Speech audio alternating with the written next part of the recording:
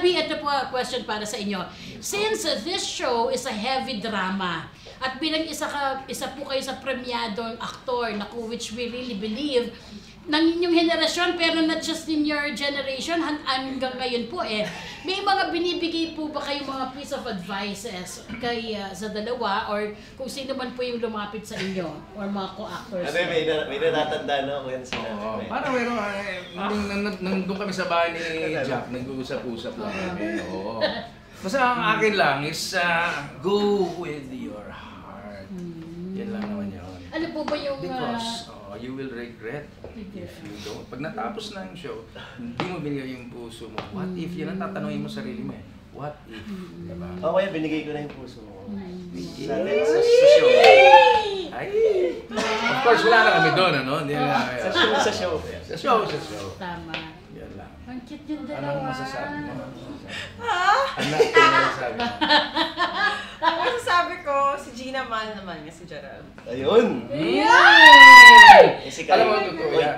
Oo nga, yes. Pero ang tanong ng may mga nagtatanong na viewers, sa totoong buhay daw.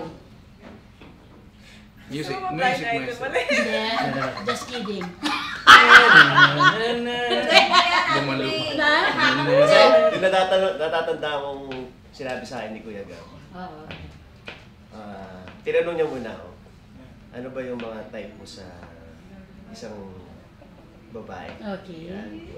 Sabi mo, Kuya Gab, di ko pa alam Kasi, di ba, medyo kaka-break lang Parang ngayon, gusto mo yung focus sa rin.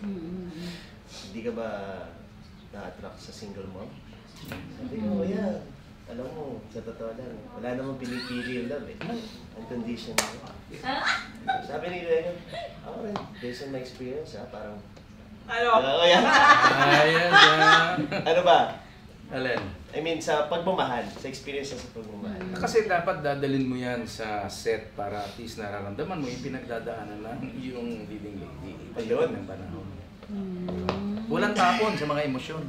Wow, galing nyo. Thank you, thank you. Ang galing ng usapan natin. Para siyang open forum. Team building. Okay, games naman.